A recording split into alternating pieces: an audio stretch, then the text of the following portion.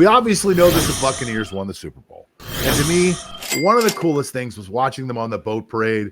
I mean, I got to tell you, in the beginning, I was like, this is kind of silly. But watching how much fun these guys were having, watching how much they enjoyed themselves, and watching how drunk Tom Brady got. I don't know if you saw the video, but at one point, Tom Brady's actually being assisted he got off the boat, and somebody was kind of like almost holding him up straight so that he could make it back to the dressing room, which was really cool. It was nice to see them human that way. It was great to see them throw. At first I see him throwing the Lombardi trophy around, and the conservative nature of me pops out and says, well, I can't believe they're throwing that trophy around like that. And then the fun side of me comes out and goes, what the hell? If it falls in the ocean, if it falls in the bay, someone's going to go get it. So it was kind of cool to watch him. You throw it around, and I could tell Tom Brady was a little drunk at that time because that wasn't a great decision. But it was kind of awesome to see that. Now the question is, can the Tampa Bay Buccaneers win back-to-back Super Bowls? Do they have a chance to go back? Now you're the sports nerd. I want to know what you think. They have a strong chance, actually, of winning back-to-back Super Bowls, despite the fact that early odds for Super Bowl 56 are already out, and they are number 3, which I think is a disgrace. They're behind the Green Bay Packers, even though they have an overall roster that is better from offense, defense, bar none. So they do have a chance to repeat, but they have to re-sign key people if they are to win again as championships. So the 3 people, I think, in my opinion, that they have to prioritize in terms of free agency signing are Shaq Barrett, Lavonte David, and Chris Godwin. So I guess those are the 3 people that they must resign for them to have a strong chance of repeating. Well, look, on defense, I agree with David. I agree with Shaq Barrett.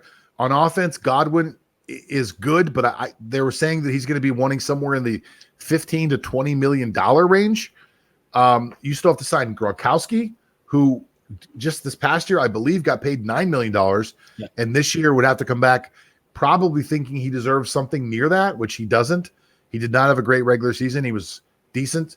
But look, I don't know how you're going to sign all these guys. That's the biggest problem with winning the Super Bowl. When you win the Super Bowl and you come to something like this, and you got a guy like Shaq Barrett, who led the NFL in sacks last year, was very good this year, was part of a defense that just destroyed Patrick Mahomes, plays a position that everybody wants, which is rush, outside edge. That's going to be a tough guy to sign. I think Shaq Barrett's gone. And you haven't talked about Leonard Fournette. Leonard Fournette's also a free agent. So there's some super, super huge guys that you lose. If you lose Fournette and Godwin on the offensive side, you lose all the depth that you had. Antonio Brown's also a free agent. So you've only got Mike Evans. So you might want to come back, but you also might think to yourself, look, I just want a Super Bowl. I've got the ring. This is all I really ever wanted in my life. I don't need another one. I really need money. Like for the rest of my life, I can stay here and make $10 million, which is a lot, or I can go somewhere else and make $16 million a year. Well, look, if it's a 3-year contract, you're talking about the difference between $18 to $20 million. Yeah. It's hard to pass that up, especially at some of these guys are 26 years old, 27 years old. It's really hard to pass that up. And as much as I would always want to keep the players that I love in town, I respect the fact that it's a business and you got to go somewhere else. So to me, it's all going to come down to money for the Buccaneers. And I know they have some cap room, and I know they got a quarterback who's willing to rework his deal and make room for people. But you just named and David, listen, he was a star. He covered Kelsey throughout that Super Bowl and did a great job of shutting him down. Sideline to sideline linebacker, along with the Devin White. Those guys were fantastic together. If you lose those 2 pieces on the defense and you lose a couple pieces on offense, that's not an all-star team anymore. It just isn't. Now, you can go back and say, hey, we're going to lose Shaq Barrett, but we'll fill in with J.J. Watt. It's not the same guy. Shaq Barrett is explosive off the edge. Something about that guy just gets around the corner like a bat out of hell. And I don't know, man. I don't know if it's going to be real. In my opinion, it's going to be extremely tough for the Buccaneers to rebuild that team and come back.